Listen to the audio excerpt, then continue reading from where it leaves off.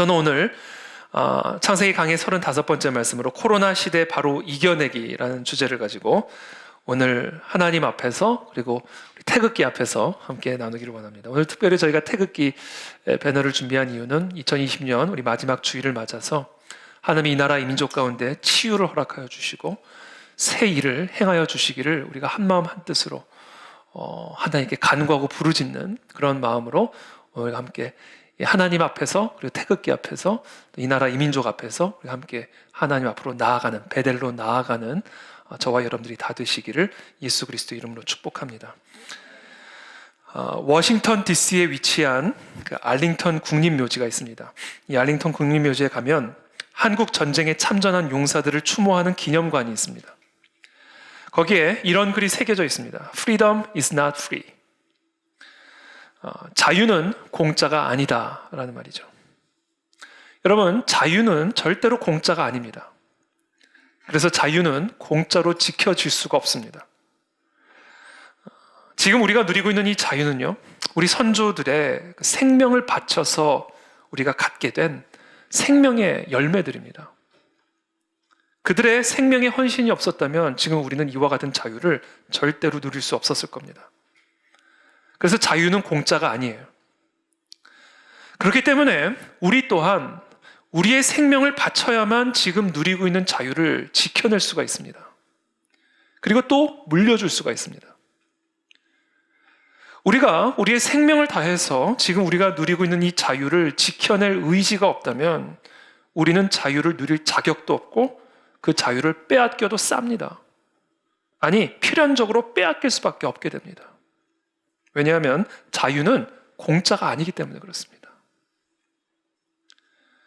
자, 그렇다면 우리가 어떻게 해야 우리에게 주어진 이 자유를 지켜낼 수 있는가? 자유민주주의라고 하는 정치체제를 지켜내면 자유를 지켜낼 수 있는가?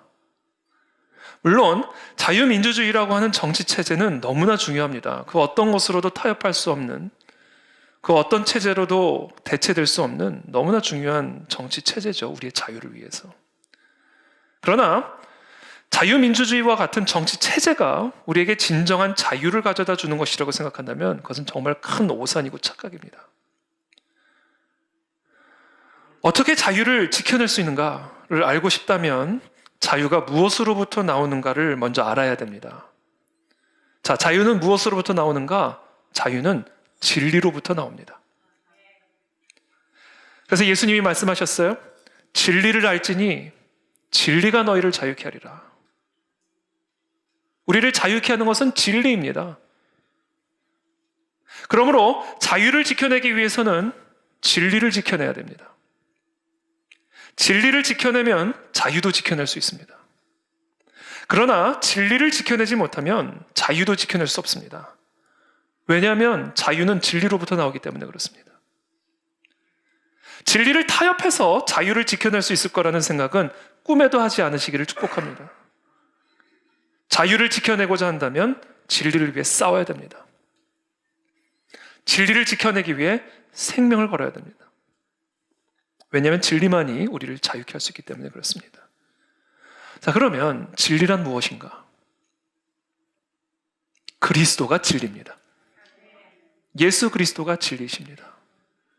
예수님은 말씀하십니다. 내가 곧 길이요 진리요 생명이니 나로 말미암지 않고는 아버지께로 올 자가 없느니라. 예수 그리스도가 진리이십니다. 그러면 예수님이 왜 진리이신지 아세요? 예수님만이 우리를 하나님께로 인도하실 수 있는 길이 되시기 때문에 예수님만이 진리인 거예요. 여러분, 모든 진리는요, 반드시 우리를 하나님께로 인도하는 진리여야만 합니다. 그게 진리라면 그 진리는 우리를 반드시 하나님 아버지께로 인도하게 되어 있어요. 왜냐하면 하나님이 이 세상에 존재하는 모든 것의 창조주시오 주권자이시오 왕이시기 때문에 그렇습니다.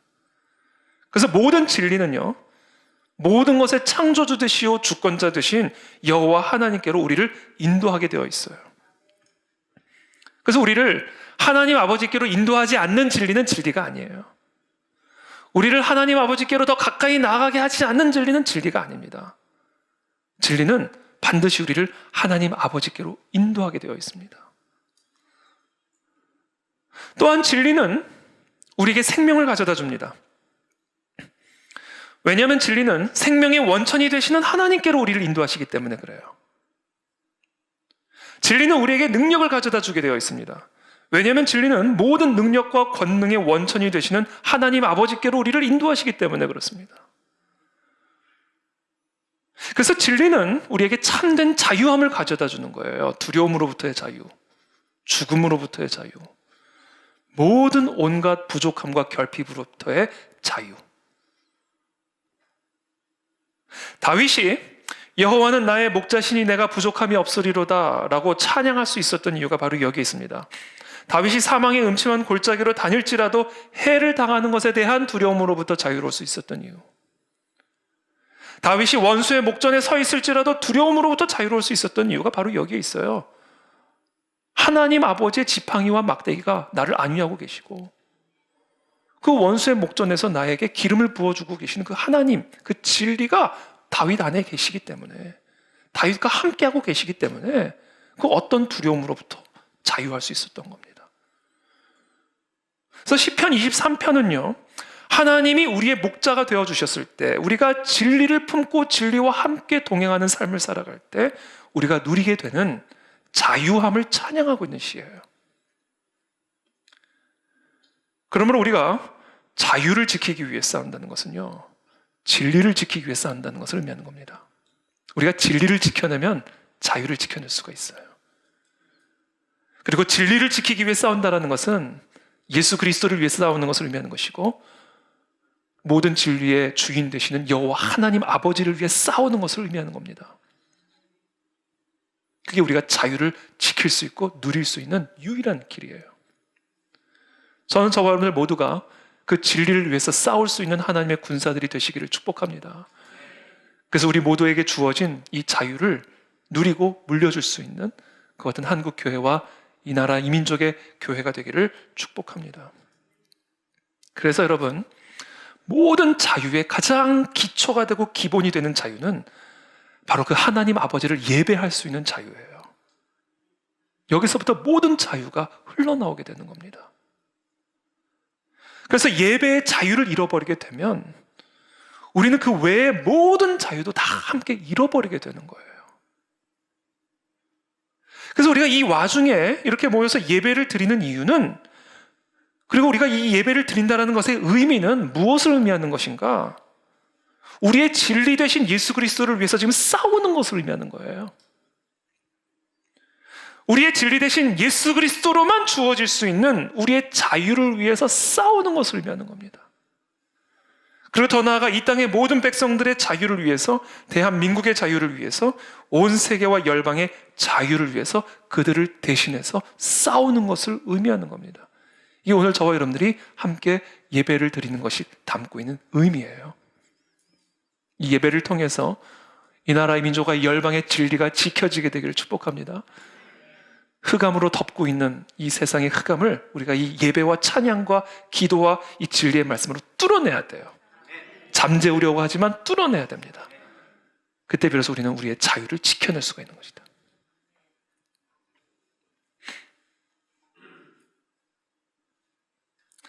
그래서 사도 바울이 우리에게 강력하게 권면합니다. 갈라디아서 5장 1절의 말씀이죠. 그리스도께서 우리를 자유롭게 하려고 자유를 주셨으니, 이 자유가 누구로부터 왔다고요? 그리스도. 그 그리스도께서 생명의 피를 바쳐서 우리에게 자유를 주셨으니, 그러므로 굳건하게 서서 다시는 종의 멍에를 매지 마라. 이 진리를 위해, 이 예수 그리스도의 피를 위해, 그 피를 예배하고 찬양할 수 있는 그 자유를 위해 생명을 걸고 굳건하게 서서 싸워라. 이게 오늘 우리가 드리는 예배가 담고 있는 의미입니다. 자, 우리가 우리의 자유를 위해 우리가 싸워야 할 또 다른 싸움이 있습니다. 첫 번째는 하나님을 예배할 수 있는 그 자유를 위해서 싸워야 되고요. 왜? 모든 것이 그 하나님을 예배할 때 우리에게 자유가 흘러오니까. 우리의 자유를 위해서 싸워야 할 또 다른 싸움이 있습니다. 그것은 바로 우리의 거룩을 지키기 위한 싸움입니다. 우리에게 진정한 자유는 거룩으로부터 흘러나오게 됩니다. 참된 자유는요, 참된 거룩으로부터 나와요. 거룩을 잃어버릴 때 우리가 종의 멍에, 사탄의 멍에를 매게 되어서 자유함을 빼앗기게 되는 겁니다. 그러므로 우리에게 주어진 이 자유를 지켜내기 위해서 우리는 우리의 거룩을 지켜내기 위해서 생명 걸고 싸워야 됩니다. 마귀는요, 우리의 자유를 빼앗기 위해 우리의 자유민주주의 체제를 공격하지 않아요. 우리의 거룩을 공격합니다. 하나님의 백성이 하나님의 거룩함을 잃어버리게 되면 아무리 대한민국 헌법이 자유민주주의 체제를 보장한다 해도 대한민국은 스스로 붕괴되게 되어 있습니다. 여러분, 소돔이 왜 망했게요? 소돔의 백성들이 왜 자유를 빼앗겼게요? 남유다와 북이스라엘의 백성들이 왜 아수르와 바벨론에게 자신들의 자유를 빼앗겼게요? 거룩을 잃어버렸기 때문이에요. 의인 10명이 없어서 소돔이 망한 겁니다. 만약에 대한민국이 무너지게 된다면 대한민국에 거룩한 의인 10명이 없어서 무너지게 될 겁니다. 만약에 대한민국이 자유를 잃어버리게 된다면 이 땅에 거룩한 교회 10개가 없어서 무너지게 될 겁니다. 바꿔 말하면 의인 10명만 있어도 절대로 무너지지 않아요. 그러므로 우리가, 저와 여러분들이 무엇을 위해 싸워야 되는가? 우리의 거룩을 지켜내기 위해 싸워야 됩니다. 거기에 이 나라의 민족의 생명이 달려있고 자유와 진리가 달려있는 거예요. 오늘 본문에 나타난 야곱은 라반을 떠나서 가나안의 도시인 세겜 성읍에 이르게 됩니다. 그리고 거기서 정말 뼈아픈 사건을 경험하게 되죠. 일명 디나의 강간 사건입니다. 34장 1절에 보면 레아가 야곱에게 낳은 딸 디나가 그 땅의 딸들을 보러 나갔더니, 아마도 이 디나는 이 야곱의 사춘기 소녀였을 것으로 보입니다. 태어나서 처음 와보는 이 가나안 땅의 세겜 성읍에 이르게 되자 이 디나가 그 땅의 딸들을 보러 나갔다라고 이렇게 기록하고 있습니다. 어쩌면 그 땅의 아들들에 대한 생각도 분명히 있었을 거라고 저는 생각이 듭니다.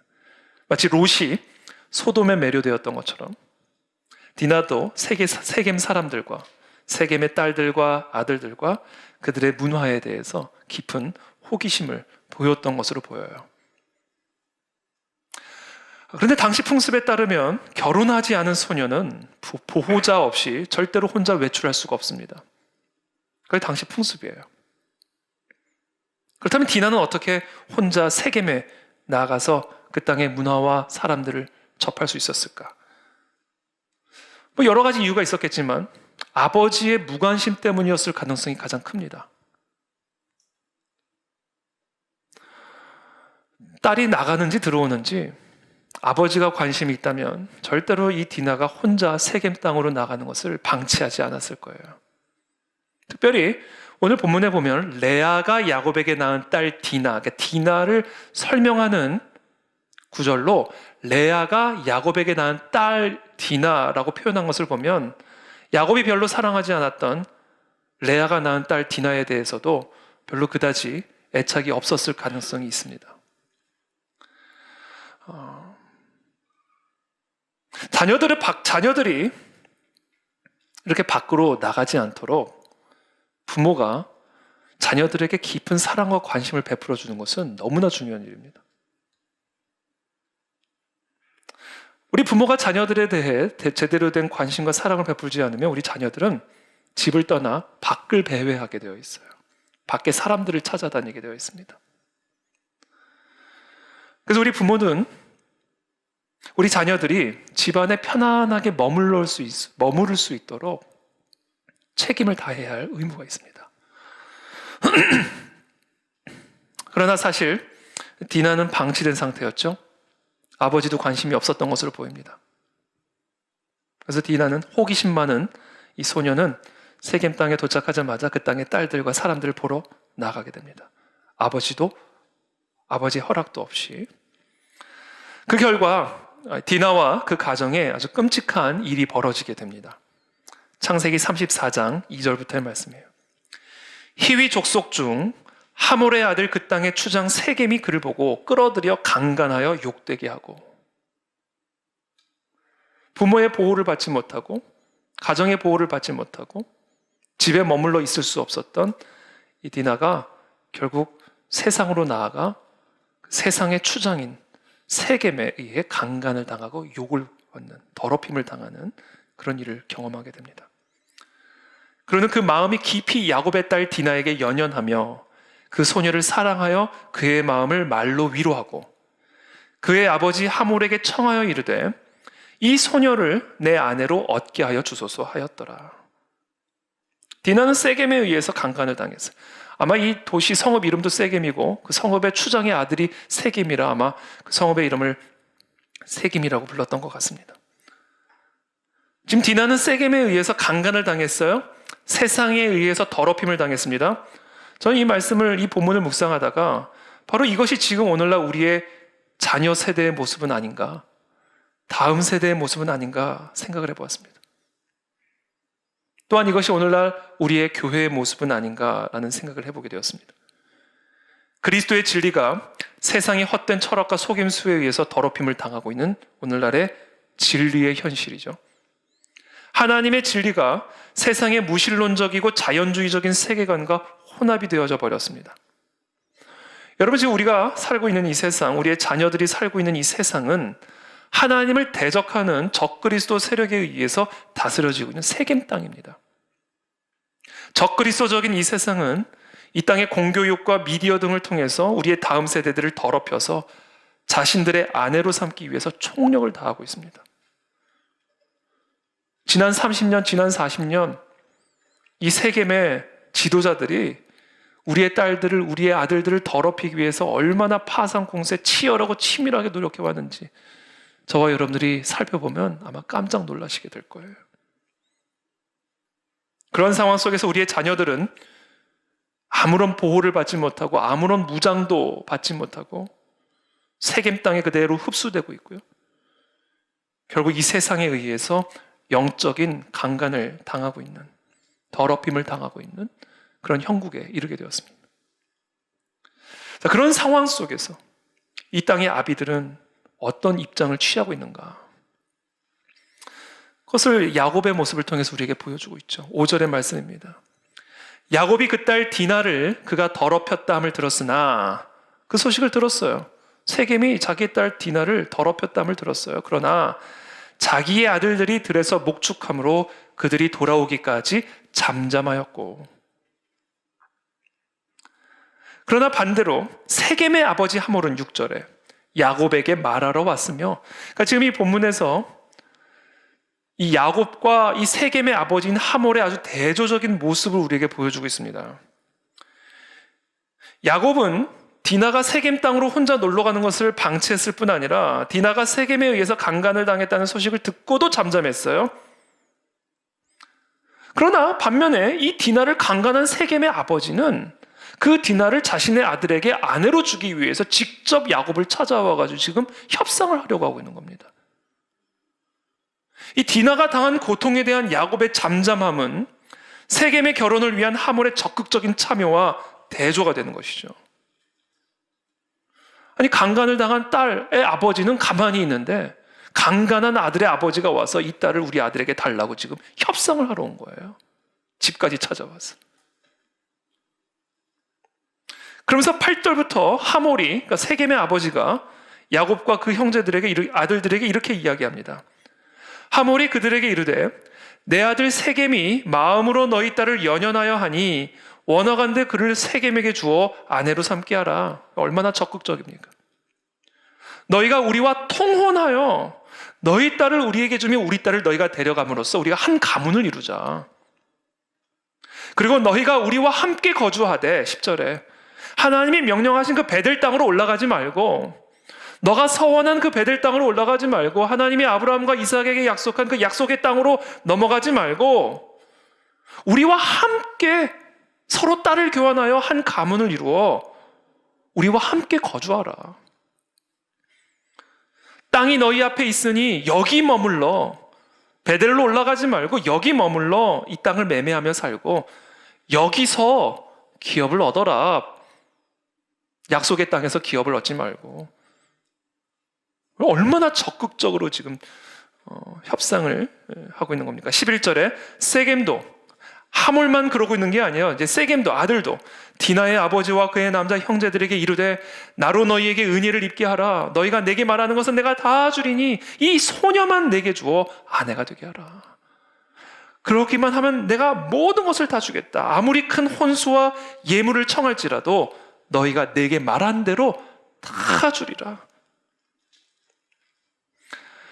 여러분, 이 세상이요, 우리의 자녀 세대를 더럽히기 위해서 얼마나 치열하고 치밀하게 노력하고 있는지 아십니까? 교육을 통해서, 문화 미디어를 통해서, 차별금지법이나 낙태법 폐지 등을 통해서, 잘못된 역사 교육을 통해서, 잘못된 인권 교육을 통해서, 잘못된 세계관 교육을 통해서 우리의 다음 세대들을 더럽히고 무너뜨리기 위해서 여러분 얼마나 총력을 기울이고 있는지 아세요?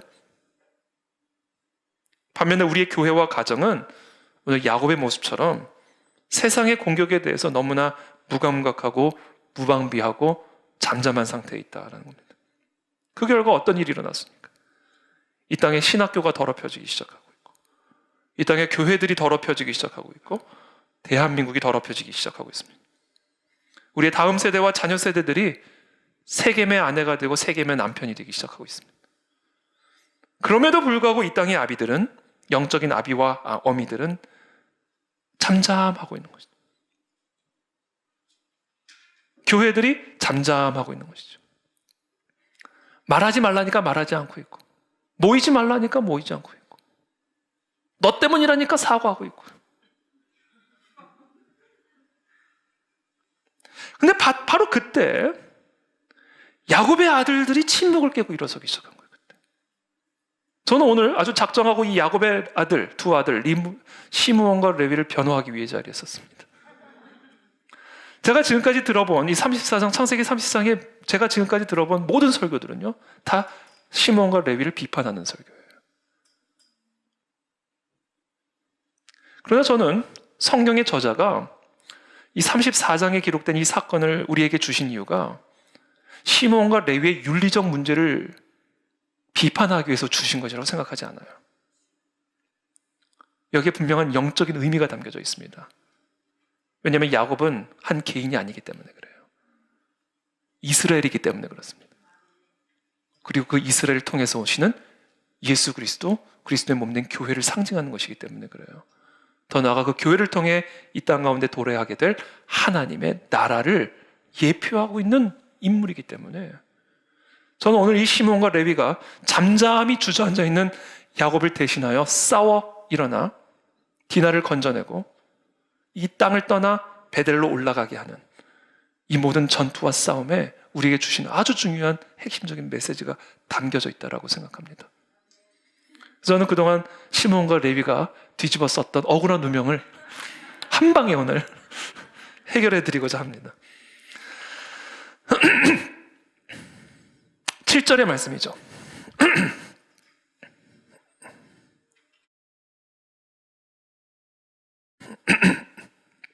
7절에 보면 야곱의 아들들은 들에서 이를 듣고 자신의 동생이 세겜에 의해서 더럽혀졌다 함을 듣고 돌아와서 그들 모두가 근심하고 심히 노하였으니 이는 세겜이 야곱의 딸을 강간하여 이스라엘에게 부끄러운 일, 곧 행하지 못할 일을 행하였음이더라. 여러분, 성경의 저자는요, 이 이스라엘이라고 하는 이 야곱에게 주어진 이름을 한 개인의 이름으로서가 아니라 종족의 이름으로 처음 언급하는 구절이 바로 이 창세기 34장 7절의 구절입니다.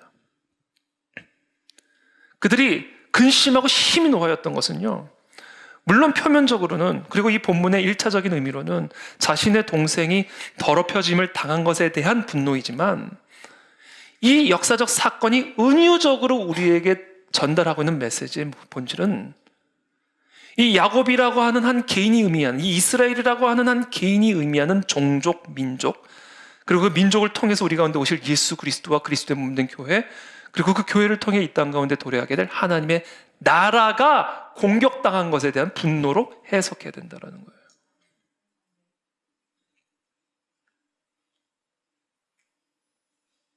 한마디로 오늘 본문에 기록된 이 디나의 강간 사건은 창세기 3장에 예언된 여자의 후손과 마귀 사이의 영적 전쟁을 보여주고 있는 사건으로 우리가 해석해야 됩니다. 물론 표면적으로만 보면 또는 육안으로만 보면 그냥 단순히 한 가정 안에서 일어난 불미스러운 사건에 불과해요. 그리고 좀 더 과한 처벌이기도 해요. 동태복수법에 따라 눈에는 눈, 이에는 이로 대응을 해야 되는데 강간을 살인으로 갚았으니까 어떻게 보면 동태복수법에 위배되는 처벌로 보이기도 해요. 또 심지어 하나님이 하나님의 거룩한 백성으로 구별시키는 할례라는 것을 복수의 도구로 쓴 거, 그것도 남용처럼 보이기도 해요. 그러나 그 모든 것을 넘어서 오늘 이 본문은 하나님께서 복의 근원으로 삼으신 이스라엘이라고 하는 민족에게 일어난 사건이에요. 그래서 그 나라를 향한 공격, 그 나라의 딸을 향한 공격은 결국은 하나님에 대한 공격이요, 하나님의 나라에 대한 공격입니다.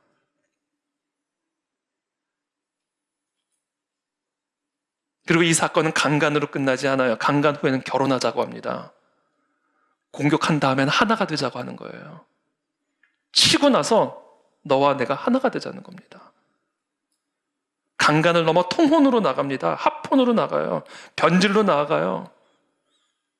그리고는 여기서 함께 이 땅에 머물러 우리와 함께 기업을 나누고자 이야기합니다. 이것은 그냥 단순한 한 개인, 한 가문에게 일어난 사건이 아니라 이스라엘을 향해 갖고 계신 하나님의 계획을 말살시키고 이스라엘 민족의 구별됨을 완전히 소멸시키기 위한 사탄 마귀의 공격입니다. 그러한 상황 속에서도 영적으로 깨어있지 못한 야곱, 이게 지금 무슨 일인지를 도무지 분별하지 못하는 야곱, 영적인 파수꾼 역할을 하지 못하고 잠들어 있는 한국 교회와 성도들의 모습을 오늘 이 본문이 우리에게 보여주고 있다는 겁니다. 13절부터 이 시므온과 레위가 자신의 동생인 디나에게 해한 이 고통을 되갚아주기 위해서, 복수하기 위해서 다음과 같이 세겜과 하몰에게 속임수를 가지고 이야기를 합니다. 13절의 말씀이에요. 야곱의 아들들이 세겜과 그의 아버지 하몰에게 속여 대답하였으니 이는 세겜이 그 누이 디나를 더럽혔습니다. 야곱의 아들들이 그들에게 말하되 우리는 그리하지 못하겠노라. 할례받지 아니한 사람에게 우리 누이를 줄 수 없노니 이는 우리의 수치가 됨이니라. 속이는 거죠. 그런즉 이같이 하면 15절에 너희에게 허락하리라. 만일 너희 중 남자가 다 할례를 받고 우리 같이 되면 우리 딸을 너희에게 주며 너희 딸을 우리가 데려오며 너희와 함께 거주하여 한 민족이 되려니와. 너희가 만일 우리 말을 듣지 아니하고 할례를 받지 아니하면 우리는 곧 우리 딸을 데리고 가리라. 그들의 말을 하몰과 그의 아들 세겜이 좋게 여기므로 이 소년이 그 일을 행하기를 지체하지 아니하였으니 그가 야곱의 딸을 사랑함이며 그는 그의 아버지 집에서 가장 존귀하였더라. 그러고는 이 하몰과 세겜이 성읍으로 돌아가서 성읍 사람들에게 다 할례를 명령합니다. 24절에 성문으로 출입하는 모든 자가 하몰과 그의 아들 세겜의 말을 듣고 성문으로 출입하는 그 모든 남자가 할례를 받으니라.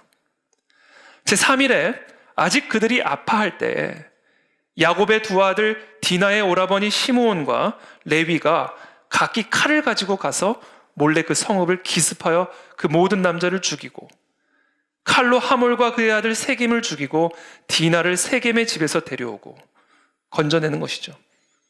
야곱의 여러 아들이 그 시체 있는 성읍으로 가서 노략질하였으니 이는 그들이 그들의 누이를 더럽힌 까닭이라. 그 노략질하는 그 물건이 탐나서가 아니에요. 단순한 분노가 아니에요. 그들의 누이를, 이스라엘 민족을 더럽힌 까닭으로 이와 같은 복수를 행하게 되는 것을 보게 됩니다. 자, 이와 같은 복수의 소식을 들은 야곱의 반응은 한층 더 심각합니다. 30절의 말씀이에요. 야곱이 시므온과 레위에게 이르되 너희가 내게 화를 끼쳐 나로 하여금 이 땅의 주민 곧 가나안 족속과 브리스 족속에게 악취를 내게 하였도다. 나는 수가 적은즉 그들이 모여 나를 치고 나를 죽이리니 그러면 나와 내 집이 멸망하리라. 여러분, 야곱이요 잠잠했던 이유가 이제 여기서 나옵니다. 두려움 때문이었어요.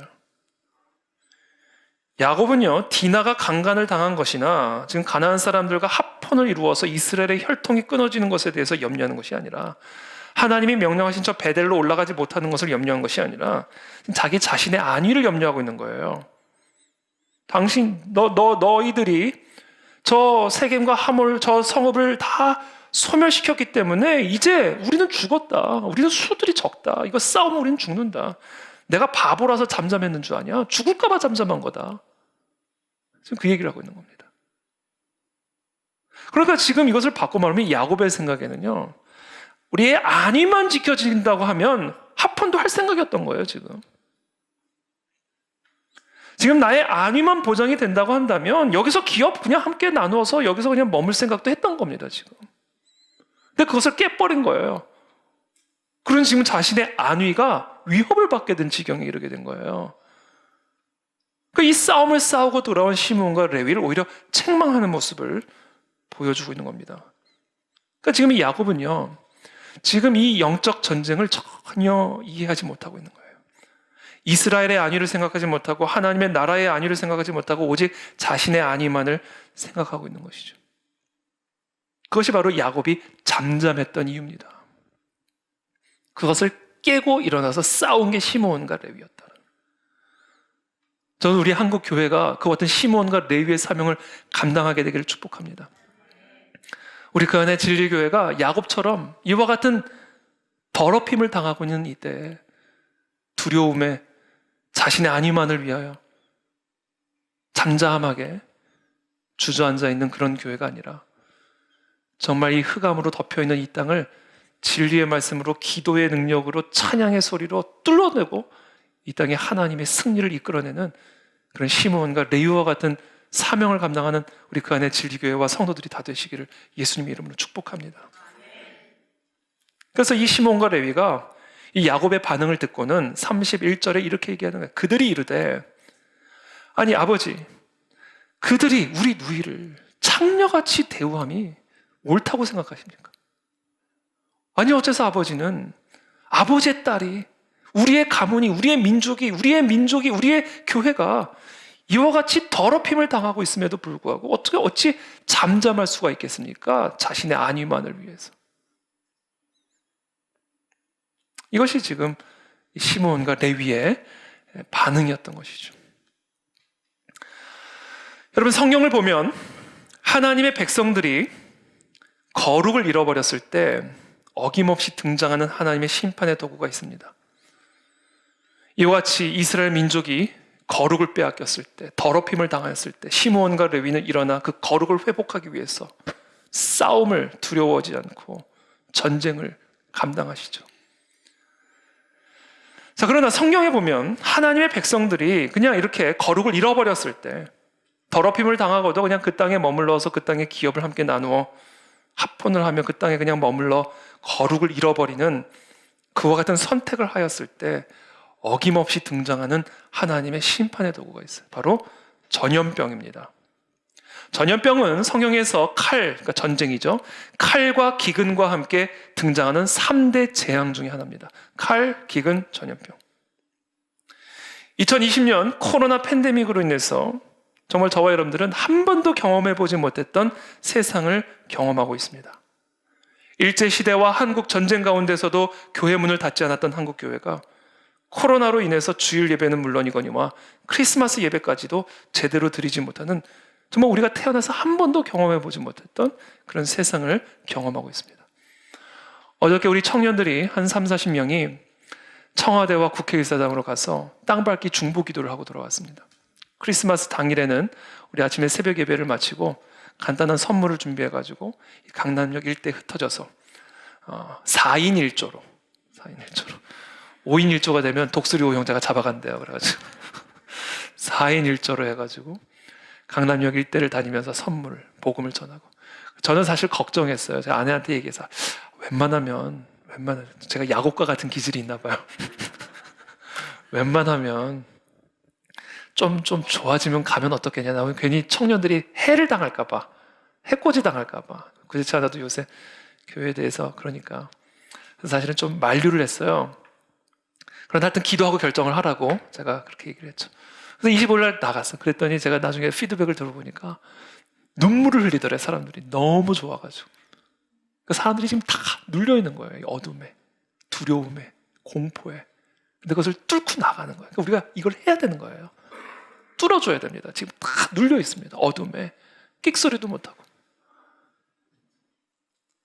그래서 어저께는 이제 청와대로 나갔어요. 청와대를 가서 이제 중보기도를 하는 거죠. 4인 1조로. 이게 중요해요. 그래서 그 청와대 담벼락에서 이제 딱 청와대를 향해서 손을 들고 기도하니까 거의 청와대 여러분 앞에 지나가 보신 분들은 알겠지만 경호원들이 쫙 깔려 있습니다. 경찰들이. 그래서 경호원들이 와가지고 지금 뭐 하는 거냐고 그러더래요. 그래서 보면 모르냐 기도하고 있다. 여기서 이러시면 안 된다는 거예요. 여기서 이러시면 왜 안 돼? 당신이야말로 이러시면 안 되는 거지. 그렇잖아요. 아니 공공도로에서 내가 청와대를 향해서 기도를 한다는데 넘어가겠다는 것도 아니고 청와대로. 그게 왜 이러시면 안 되는 거냐고 반문을 했대요. 근데 이 사람이 삐뚤삐뚤하더래요, 경찰이. 그러더니 다시 와가지고는 이렇게 묻더래요. 그러면 지금 당신들의 기도가 친정부적인 기도입니까? 아니면 반정부적인 기도입니까?를 질문하더래요. 그래서 우리는 세상에서 한 번도 경험해보지 못한 나라를 지금 경험하고 있는 거예요. 그래서 친정부 너무 어이가 없잖아요. 그래서 기도의 내용을 물어보더라는 거예요. 기도의 내용을. 그러니까 이 사람들도 기도가 역사하는 힘이 있다는 건 아는 거죠. 그렇게 기도는 하고 이제 택시를 탔는데 기사가 화를 내더래요. 5인 5명 집합금지 모르냐고. 4명이 4인 1조가 돼서 한 택시를 탔으니까 기사까지 해서 5명이잖아.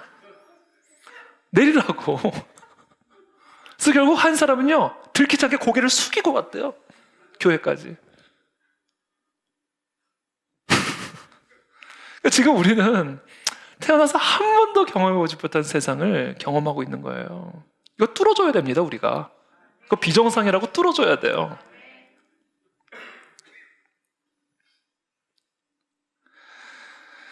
그 2020년, 근데 무조건 뚫는 게 중요한 게 아니라 왜 이런 상황이 됐는지를 좀 살펴봐야 돼요. 지금 2020년 코로나 팬데믹으로 정말 우리가 한 번도 경험해보지 못한 세상을 경험하고 있는데 그런 가운데서 교회 안에서도 많은 혼란과 혼돈과 갈등이 있습니다. 대면 예배로 드릴 것인가, 비대면 예배로 드릴 것인가, 코로나가 하나님의 심판인가, 아니면 그냥 인간의 재앙인가, 자연적인 재앙인가, 예배의 자유를 이렇게 과도하게 침해하는 정부의 지침을 교회는 어떻게 수용할 것인가, 수용할 것인가 말 것인가, 수용할 것이라면 어디까지 수용할 것인가 등등을 놓고서 교회 안에서도 내부적으로 사실상 많은 혼란과 갈등이 있어요. 그래서 제가 2번에 걸쳐서 코로나 시대 바로 이해하기, 국내편, 국제편 통해서 우리가 어떻게 이 코로나 시대를 이해해야 될지에 대해서 함께 나누었고요. 그래서 오늘 2020년 마지막 주일 설교는 그럼 이해했다면 이제 이겨내야 된다, 우리가. 코로나 시대 바로 이겨내기라는 제목으로 오늘 설교를 준비한 겁니다. 여러분, 우리가 코로나를 이겨내기 위해서, 코로나 시대를 반드시 이겨내기 위해서는요, 이 코로나가 일어나게 된 근본적인 원인부터 알아야 됩니다. 원인을 알아야 해결책을 찾아낼 수가 있습니다. 여러분, 코로나의 근본적인 원인이 뭡니까? 중국 우한에 있는 바이러스 연구소입니까? 아니면 이 바이러스 창호를 통해서 세상의 새로운 질서를 만들려고 하는 소위 말하는 글로벌리스트들의 전략 때문입니까? 아니면 이 코로나를 통해서 교회를 억압하고 새로운 사회 질서를 이 대한민국 안에서 새롭게 만들어 가려고 하는 일부 정치 세력들의 도구입니까? 물론 제가 그와 같은 내용들을 지난 2차례에 걸쳐서 이야기를 나누었습니다. 그러나 그보다 더 근본적인 원인을 우리가 알아야 됩니다. 그것을 알려면요, 우리는요, 성경을 봐야 돼요. 성경을 통해서 이 모든 코로나와 전염병의 가장 근본적인 이유와 원인을 확인을 해야 됩니다. 성경은 전염병에 대해서 뭐라고 말하는가? 성경은 지금 우리가 경험하고 있는 한 번도 경험해보지 못한 이 코로나 시대에 대해서 뭐라고 얘기를 하고 있는가를 우리가 들어야 돼요. 그리고 거기서 해결책을 찾아야만 우리는 코로나 시대를 제대로 이겨낼 수가 있습니다. 제가 이번 주에 책 한 권을 읽었습니다. 총신대학교의 김지찬 교수라는 분이 쓰신 성경과 팬데믹이라고 하는 책입니다.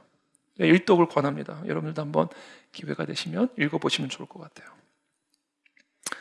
이 책에 따르면 구약에서 총 82회 정도 전염병이 언급되어지고, 신약에서는 거의 언급이 없고요. 오직 구약에서만 82회 정도가 전염병이라는 단어가 언급이 되는데, 모든 경우, 그 82회 모든 경우 예외 없이 전염병은 하나님의 손에서 나오는 것으로 기록하고 있습니다.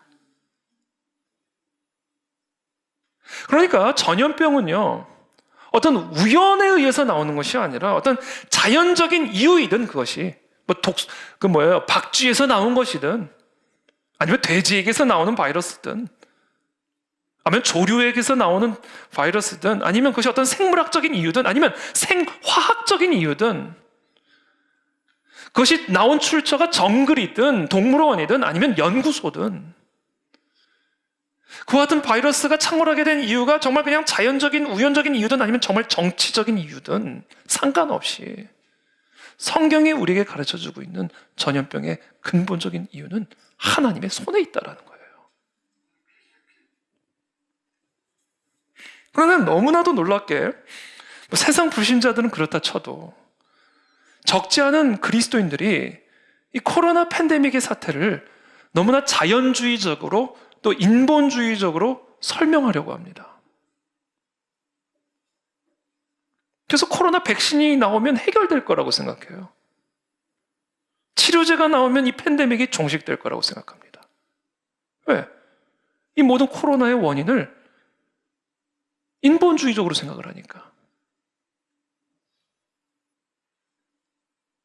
그 결과 어떤 결과를 초래하게 됐어요? 이 거대한 한 번도 경험해보지 못한 이 소용돌이 속에서 확성기로 우리에게 외치고 계시는 하나님의 음성을 전혀 듣지 못하고 있는 거예요. 디나가 강간을 당해서 왔으면 들어야죠, 하나님의 메시지를. 가만히 잠잠히 앉아있잖아요. 전혀 그 어떤 영적인 음성, 영적인 메시지를 전혀 듣지 못하고 있잖아요. 제가 봤을 때는 시몬과 레위는 그 음성을 들은 거예요.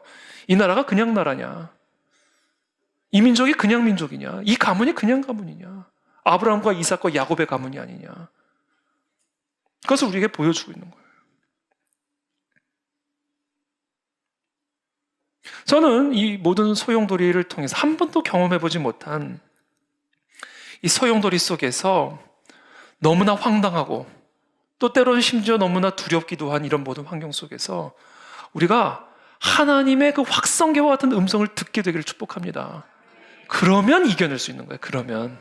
그러나 그렇지 않으면 백신이 나와도 치료제가 나와도 코로나 지나가면 또 나와요. 메로나 나와요. 메로나. 여러분 역사 보세요. 전염병 역사 보세요. 지금 주기적으로 계속 나와요. 백신 나온다고 해결될 문제가 아니에요. 하나님의 음성을 들어야 이겨낼 수가 있는 겁니다. 제가 이 책을 읽으면서 너무나 감사했고 또 제가 역시 맞았어 이랬던 부분이 있습니다.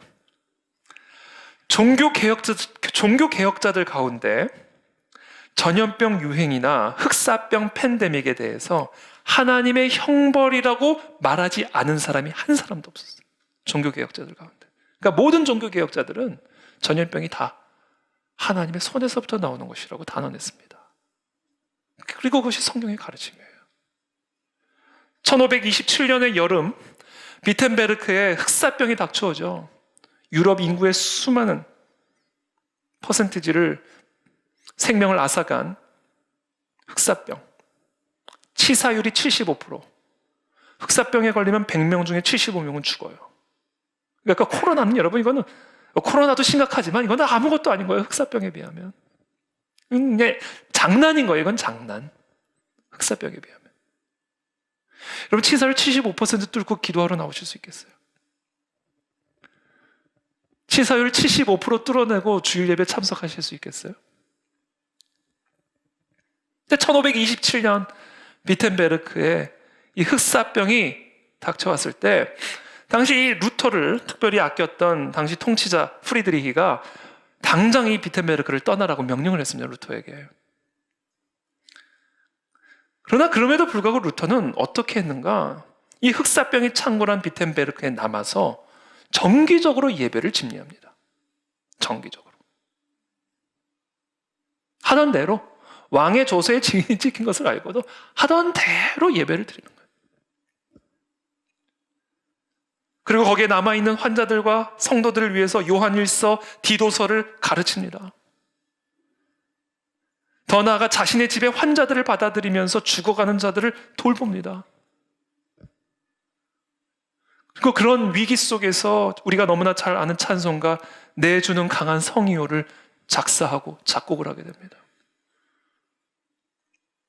그렇게 비텐베르크에 남아서 이 마틴 루터가 서신서를 써요. 이 흑사병 팬데믹을 경험했을 때 자신의 친구들에게 이 흑사병 팬데믹을 어떻게 바라봐야 될지에 대한 서신을 씁니다. 이게 남아있어요. 그 책에 보면 그 서신서에 보면 정확하게 루터가 얘기를 해요. 이건 하나님의 형벌이다. 그러니까 우리가 감당해야 된다. 이거는. 그리고 이것을 통해서 우리에게 들려주시는 음성을 들어야 된다. 루터뿐이 아닙니다. 종교개혁자들 모두가 예외 없이 흑사병을 그들이 경험했던, 그들에게 덮쳤던 흑사병을 하나님의 섭리적 형벌로 바라보지 않는, 설명하지 않는 인물은 단 하나도 없었어요. 쯔빙글리 같은 경우는 이 흑사병이 창궐한 도시에서 설교를 하고 예배를 인도하고 환자들을 돌보다가 자신의 아내와 아들은 흑사병에 걸려서 목숨을 잃습니다. 본인도 몇 번을 죽었다 살아나요. 마틴 루터도 이 비텐베르크에서 끝까지 남아서 사역을 하다가 몇 번을 혼절합니다. 죽음의 계곡을 몇 번을 넘는지를 몰라요. 이게 종교개혁가들의 정신이었어요.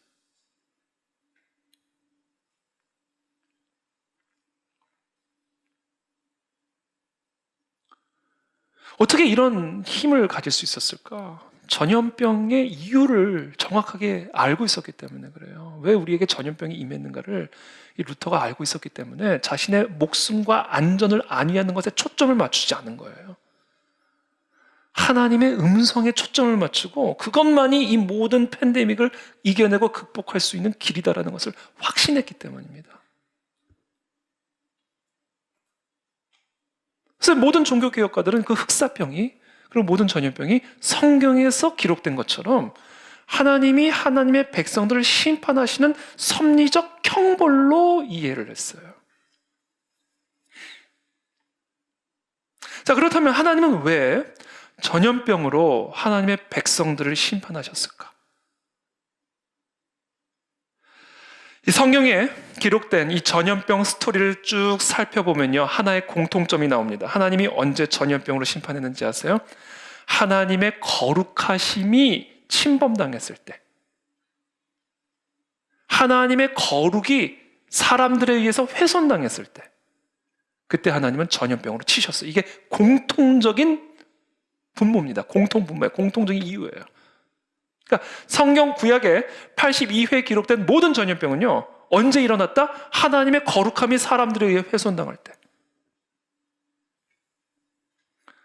민수기 8장 19절의 말씀을 보면요, 하나님이 이스라엘 백성들 가운데 거하시기 위해서 거룩하고 구별된 성소를 지을 것을 명령하시고요, 그리고 이 성소를 아무나 들락날락하지 못하게 하기 위해, 왜요? 하나님의 거룩한 임재가 있는 곳이니까 레위 지파, 레위인을 특별하게 구별하여 성막을 봉사하는 일을 맡기십니다. 그 이야기가 민수기 8장 19절에 기록이 되어 있어요.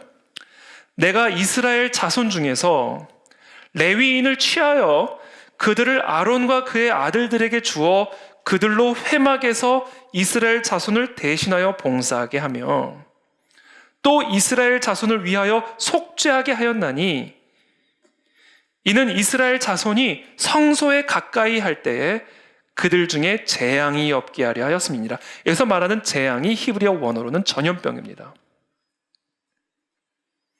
그러니까 지금 이 본문, 이 말씀이 민수기 8장 19절의 핵심적인 내용은 뭐냐면, 하나님이 거룩하지 않은 이스라엘이 함부로 하나님의 거룩한 임재로 가까이 왔다가 죽임을 당하지 아니하도록, 전염병을 당하지 않도록 특별히 구별된 레위인을 통해서 성막을 봉사하고 섬기도록 했다라는 거예요. 그리고 그 레위인을 통해서 성소에 나오지 않은 자들에게는 하나님의 재앙이, 즉 전염병이 임하게 되었다라는 겁니다.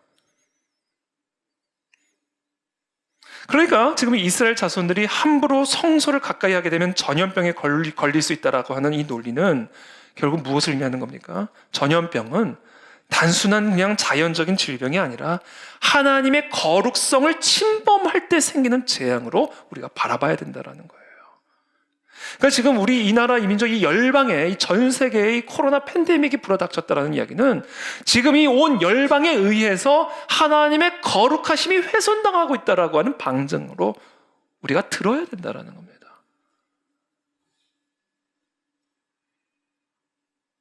그러므로 오늘날 우리가 정말 이 코로나를 통해서 외치고 계신 그 하나님의 음성을 듣고자 한다면 우리는 무슨 음성을 들어야 하는가?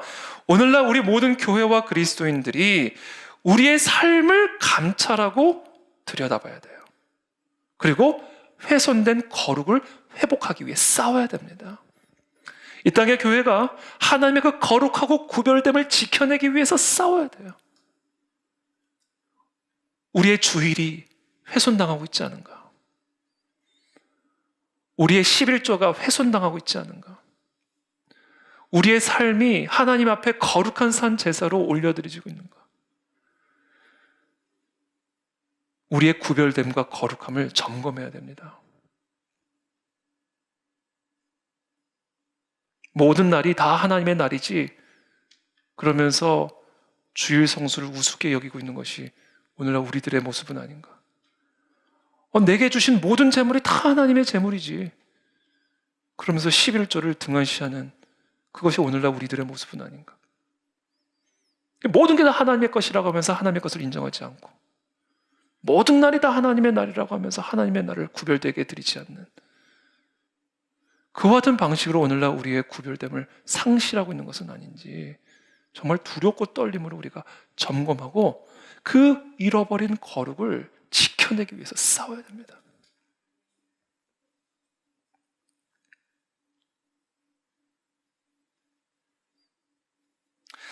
그렇다면 거룩이란 무엇일까? 거룩이란 단순해요. 제가 주일 성수도 얘기를 했고 11조도 얘기했지만 그것이 담고 있는 더 본질적인 의미가 있어요. 하나님 외에는 다른 신을 두지 않는 게 거룩이에요. 그래서 하던 일 멈추고 주일은 하나님께 드리라는 거예요. 왜? 모든 날의 주인이 하나님이라는 사실을 그 한 날을 통해서 고백하라는 겁니다. 내게 주신 모든 것이 생명이건 재물이건 모든 것이 다 하나님의 것이다라는 것을 그 10분의 1을 드림으로써 증명해 보이라는 거예요. 거룩이란 무엇인가? 하나님만이 우리의 생명의 근원이시요 하나님만이 우리의 공급의 근원이시요 하나님만이 내 삶의 전부이심을 고백하는 이게 거룩이에요. 그 거룩이 훼손당할 때, 그 거룩이 타협당할 때 하나님은 전염병의 형태로 우리에게 재앙을 주신다. 이것이 성경이 우리에게 가르쳐지고 있는 전염병의 원인입니다.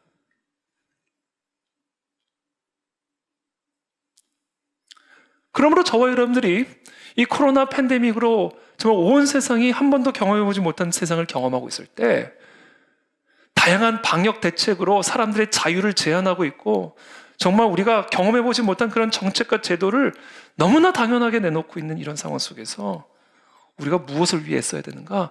하나님만이 이 땅의 주인이시오 우리 모두의 왕이심을 소리쳐 외침으로 뚫어내야 된다는 거예요. 그래서 우리의 신앙으로 고백을 해야 된다는 거예요. 그래서 우리가 이 모이는 겁니다. 이렇게.